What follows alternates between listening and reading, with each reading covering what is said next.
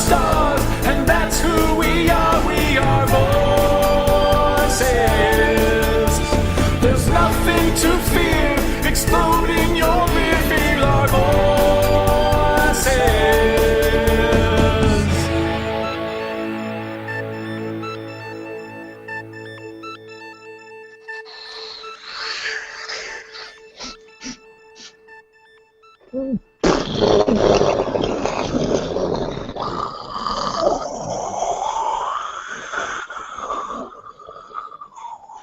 I did fish face. Exploding fish face. Hey everybody, VOR's back. Yay! Yay! What did you do without us? Live life. That's what you did. You just forget about us for a good month. Thanks. Yeah. Oh man. I'm Carl. I'm Hey. still Carl. I mean, the beard might be throwing you off. I did lose about 20 pounds of beard, so. And instead, he gave it to me. I'm Ed. It doesn't work. Need to get you a beard. We just need to get you a big old burly beard. Oh yeah. If That I, could have been I like- should have grown the I mailed it to Ed. in a can of glue. Oh well. Unfortunately, Mike is encountering a horrible traffic jam. There's an accident. He's not in it, but he's not in the accident. He's just stuck in traffic. So unfortunately, he's not going to be able to make the show. He said his regrets. He was supposed to be here. We had a meeting last week and everything. You know, we were on top of it. We knew we were coming back. We got like a month of shows planned out. Like we were ready. We were ready to come back, except for Mike. And now he's sleeping in a van down by the river. So. That's right. Which honestly probably isn't too far off. It might be true. He's probably in the back of a van, sleeping, waiting in traffic, which is probably next to a river or swamp. So. Next to a swamp. Swamp river. Hey. Apples and oranges in Florida. That's right. Outstanding. So we've been doing this past month. School. Lots of school. That's one. Honestly, that's one reason why we took the month or so off. Is I had to take full-time classes to get my financial aid. Unfortunately, I had to do so over summer term at my school, which is an 8-week term. So I had to fit 16 weeks of classes into 8 weeks. So I essentially took about 28 credit hours worth of classes. Oh, you crazy. That's Oh, it crazy. was rough. I'd wake up and there were some days I was working 12 to 16 hours on nothing but schoolwork. It was rough, but I got through it. Got 4 A's and a B. Made Dean's List. Well on my way. Hell yeah. So hopefully, and I was able to do the show for part of that time. So I'm hoping that now that I'm going to a 16-week schedule, I think it'll be a lot easier, smooth selling from this point on. So. You know, We'll as a straight C student, I tip my hat to you, sir. Thank you, sir. Well done. Yeah, thank you. So what have you been up to? Mostly, I have been, doing a bit of freelance, which is what we do as a independent illustrator and designer. I don't know if I mentioned on the show, I've been taking classes at Second City. So it seems natural to a lot of people. It's just another thing I never got around to. And I absolutely friggin' love it. But it's one of those things where I'm old enough and jaded enough to know, if I decided I was going to, this is my calling, it's going to be a rough calling. And one of the reasons I never took it up is because I've already been involved with enough, I call them, lost causes, fruitless ventures like comics and podcasting. So, Yeah. I've had day jobs. But You and we have a track record with that stuff. I've done the podcast. I've tried to do the writing thing. I did the musician thing, and now I'm trying to do a very practical thing in electrical engineering. yeah, we're some of us are late bloomers. Yeah. But it's rough, and not everyone's going to make it, and you and I know that as a fact. Right. Sometimes hope and ambition just isn't enough. Yeah, gumption and all that stuff. You need a little more than vim and vinegar to be successful. But nothing ventured, nothing gained. I don't know where the improv thing is going to go. I already feel like it's improved my life. Mm-hmm. I mean, it just by the foundation of there's no wrong answers, and every scene works because you're saying to yourself and your partner, because you don't succeed in improv alone. It's everything is yes and.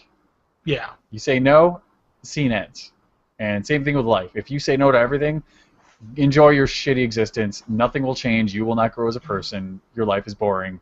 You might as well just kill yourself.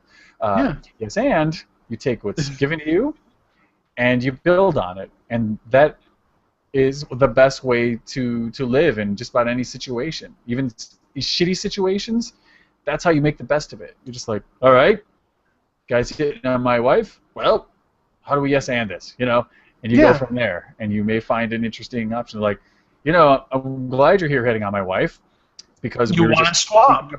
We could swap. We'd make it interesting. You could pay me for her time. Yeah. Or we could each take an end and go to work. What do you think about that, hun? Do you think it's so charming and endearing now to get hit on? You're going to get spit forked, whatever. Nobody pays attention to me. What do you know? You got this guy. But otherwise, the big thing, and oh my God, it is so close. If you guys don't know, dear listeners, is that I've been working on a mobile game for the past 6 months, 7 months now, and it is so close to being birthed. Now I know what pregnant women feel like when they hit their due date and they're like, oh, we still have the glow. Are you excited? And they're like, no, I want it out of me now. That's what we all feel like. We got 4 guys walking around with big bellies and a game inside. We're like, oh, we're so close. Just go. It feels like I gotta poop all the time now. That is what it feels like, Carl. Just the turtle head poking. Yep. So yeah, we're really close, and when it's out, it's a really fun game. We hope you guys really enjoy it. It's gonna be a free download, and I will blast everywhere so you can all download it, share it with your friends. But only if you have iOS. Fuck me and everyone else that has Android. For now. Let's go with the market share. You guys are close, but you're still kind of here. We're not done. So we are sure as hell gonna get it on Android because we really want your money too. We're not stupid. Yeah, exactly. But that's the dream, and that's it. Stay tuned. I'll definitely let you guys know. Great. Yeah, I've been not on the inside, but I've been on the outside window, kind of looking in, and it looks really fun. I think you might have something. We'll see. So. We're hoping. Yeah. Well, speaking of being on the outside looking in. You guys want to talk about Star Wars? Yay! There's a lot to talk about because we've been gone, and Star Wars didn't take a vacation. Star Wars knows no vacation. Yeah, they're in full production mode at this point. They're filming and everything. So there is some talk of Star Wars going around. Yeah, and I think we should definitely start with the biggest deal. Which is, and the coolest thing, J.J. Abrams taking hints from, I would say, Peter Jackson being really forthcoming with production. But this time, they've got a really great charity in play called Force for Change, where donations go to UNICEF, and I don't know the mechanics, but basically you may be chosen, maybe depending on how much money you give, or maybe there's a lottery, but you could appear in Episode 7. But that's not what's really important to us Star Wars fans. The important thing is that he's telling you this while being either in Mos Eisley, I think it's Mos Eisley, but most recently he is in front of an X-Wing and not a green screen X-Wing, mind you. Yeah, it's totally practical effect. It's an actual scale starship, which is just great to see. I mean, not saying that they didn't do that in the prequels, because there's plenty of they built parts of ships and whole ships and stuff for people to stand in front of and stuff like that. But no, it's a great looking ship.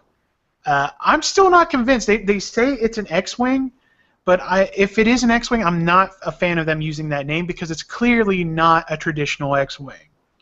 It's not, and here's where it throws me off. It's based on, the design is taken directly from, if you look at the like the Art of Star Wars books and the sketchbooks, the preliminary drawings, it's based on a really early design of the X-wing. So, oh, I just happen to have one here. Funny that.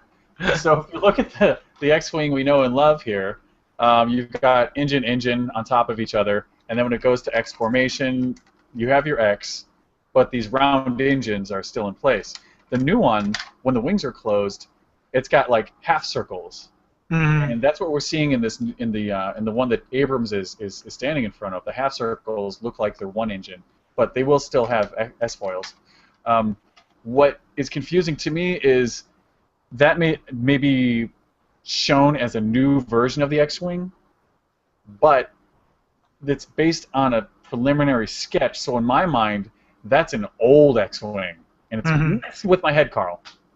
And I think the thing that I noticed, and I don't know, because I was really worried, like, well, how's this going to split and da-da-da-da-da? And it looks like rather than splitting from the middle, it looks like they split from like this middle and they go like that. So it looks like the wings are half the width, and they separate and they cut in the center rather than splitting.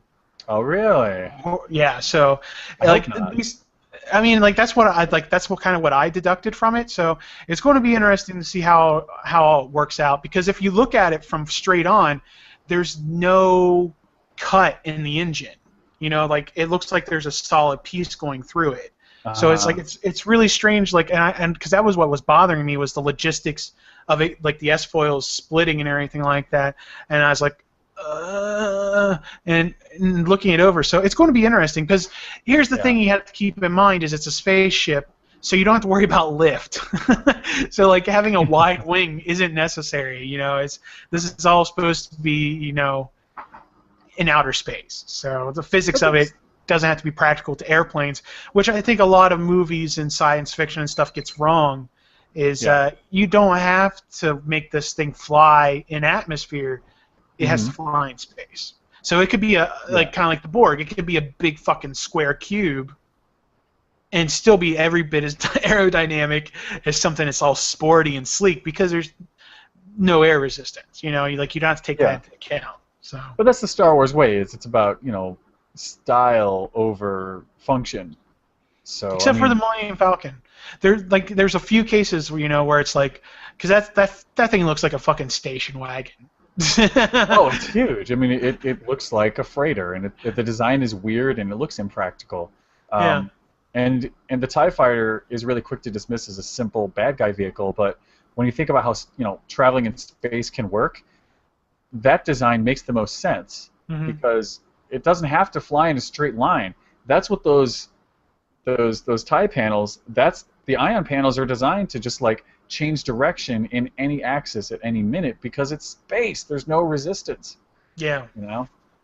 But it's about looks. It's not about function. That's why there's explosions in space. And exactly. That's why, like, you can hear it explode and there's fire and all that stuff. Yeah. You know, but at the end of the day, you have to just kind of hit a balance. Because I know, like, for me, that was one of the coolest things in, like, the Star Trek movies, the newest Star Trek, was those scenes when, like, the hull gets ruptured and, like, someone gets sucked out and they're like, whoa! And then as soon as they hit space, it's silent. It's, like, really eerily silent, and things are hitting, but there's no sound. Like, little touches like that really drive home space for me, being, like, a scientifically minded person. Or kind of like in Mass Effect, I think it was Mass Effect 2, there was this great scene when your ship's getting ready to crash, and you have to, like, walk along the outside of it to get to another section because there's a hull breach or something. And this all happens very early in the game. But, like, when you walk out, it's silent. Like, you go from all this, like, chaos of things exploding and everything, and all you can hear is just your respirator going and, like, there's no other sound. And you're just like, ooh, this is fucking space. And the recent Call of Duty does the same thing. There's a space segment where you're on a couple space segments, and it's exactly that. It's all the chaos. It's like gravity, but just add guns and Russians shooting at you, and then you're out in space, and it is exactly like you're talking about. So it's very different, but it's really engrossing. So it is. But the most important thing about this clip to me is that it's giving me confidence, because Abrams is delivering on a promise. Yeah. He's delivering, like, when we had Indy 4, Spielberg promised practical effects, and he's going back to the old ways of doing it. Old-time filmmaking, guys. We're going back to basics. None of this crap. But Lucas took over, and now we have what we have. Lucas is out of this equation, and he's going back to the same places. He's hiring the same people, and he's going back to old-time filmmaking, even though he's a modern filmmaker. He doesn't have to. So having him in front of an actual ship, having a pilot climb up into it, having a functioning cockpit. I never mind the mouse droid that shows up, but having the cockpit like, yeah. Oh my god! I'm like, look at these nipples. Look at them go. He's like, you know what? I said it. Here's proof. Like, this is what's coming. Here's like, kind of like how when the news busted that they were rebuilding the Millennium Falcon.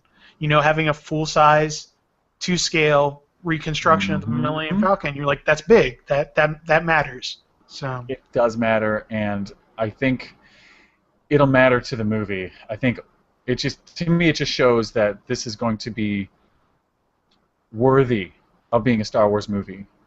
Yeah. So hopefully it lives up to that potential. So let's hope. Yeah. Yeah. All right. Well, we got plenty more Star Wars to talk about tomorrow, and definitely more some episode 7 stuff coming out. So.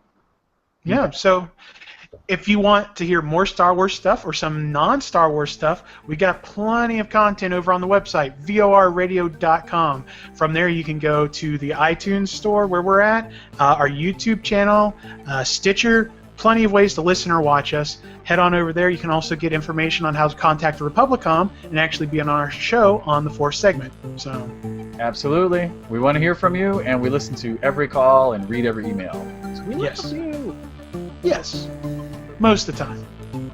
Yeah. You get that look. You get that twitch. When you're good. When you're good. Bad, we just want to give you 5 across the eye. Yes, we drink a lot, and then we want to give you 5. Why do you make me do this? Cool. All right. Well, we'll see you guys back here tomorrow. Yeah. Same Star Wars time, same Star Wars channel. Unless we're not talking about Star Wars. Yeah. So until then, may the Force be with us.